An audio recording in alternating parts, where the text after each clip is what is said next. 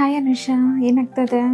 Baby ಆಗಿ 1 year ಆಯ್ತು. So next baby ಸದ್ಯಕ್ಕೆ ಬೇಡ, ಅದಕ್ಕೆ ಪ್ರಿಕಾಷನ್ಸ್ ಏನು? ಈ ಥರ ಸ್ಪೇಸಿಂಗ್, ಒಂದು ಬೇಬಿಗೆ ಸ್ಪೇಸಿಂಗ್ ಬೇಕು ಅನ್ನುವಾಗ ಒಂದು ಇಂಟ್ರಾ-ಯುಟ್ರೈನ್ ಡಿವೈಸ್ ಅಂತ ಹಾಕ್ತೇವೆ.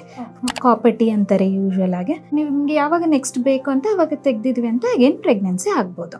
ಮ್ಯಾಮ್, ಇದು ಹಾಕ್ಸ್ಕೊಂಡಿರೋದನ್ನ ಕೇಳಿದೀನಿ. ಅವ್ರು ಇದರಿಂದ ಹೆವಿ ಬ್ಲೀಡಿಂಗು ಮತ್ತೆ ದಪ್ಪ ಇಲ್ಲ ಪೀರಿಯಡ್ಸೇ ಬರಲ್ಲ, ಈ ತರ ಎಲ್ಲ ಇದೆ.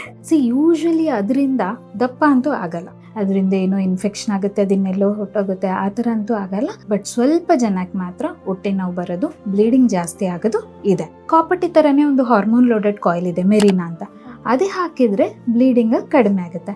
ನಿಮಗೆ ಪೀರಿಯಡ್ ಆದಮೇಲೆ ಬಂದಿದ್ರೆ ಅಂತ ಇಲ್ಲೇ 1-2 ನಿಮಿಷ ಪ್ರೊಸೀಜರ್ ಹಾಕ್ಕೊಡ್ತೀವಿ. ಅದು ಪೇನ್ಫುಲ್ ಇರುತ್ತಾ?